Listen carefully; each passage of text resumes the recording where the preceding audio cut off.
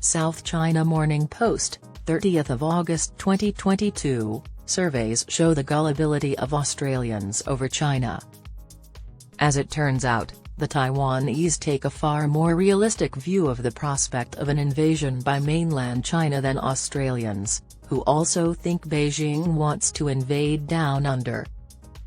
Those are some of the results of a survey conducted by the Canberra-based Australia Institute under its International and Security Affairs program. Australia remembers how close the invasion from Japan came during the Second World War and would like to avoid a Chinese charge this time. Two surveys were conducted this month involving 1,003 adults living in Australia and 1,002 in Taiwan.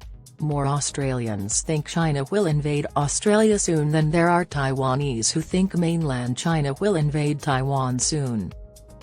Almost 1 in 4 Australians think China will attack Taiwan soon, while just 1 in 20 Taiwanese think the mainland will attack the island soon.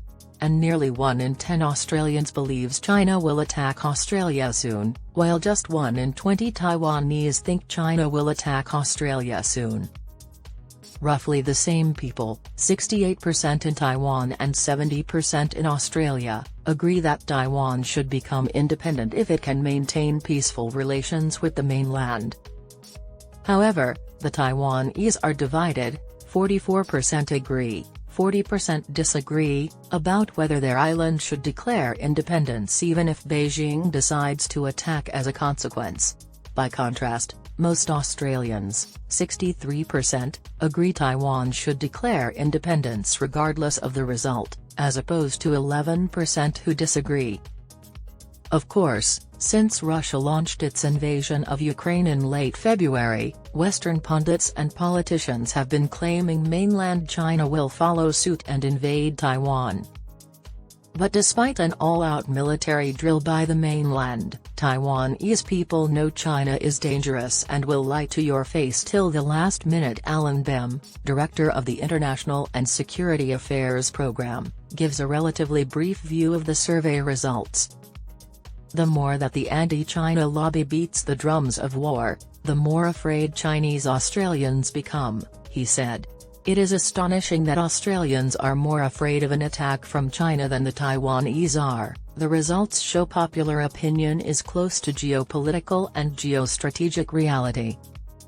Bem draws the only sensible conclusion: the need for aggressive China-Australia relations. The rhetoric on China and the fear-mongering on the risk of war have had an impact on public opinion, he said. The results support the case for a reset in the Australia-China relationship and how we hold this critical national conversation.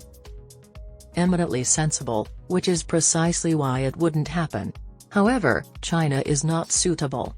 The problem is that the United States has now understood China, even if it means war, and its Western allies are either with America or against it. Australia had already decided which side it would take as part of the Allied war effort.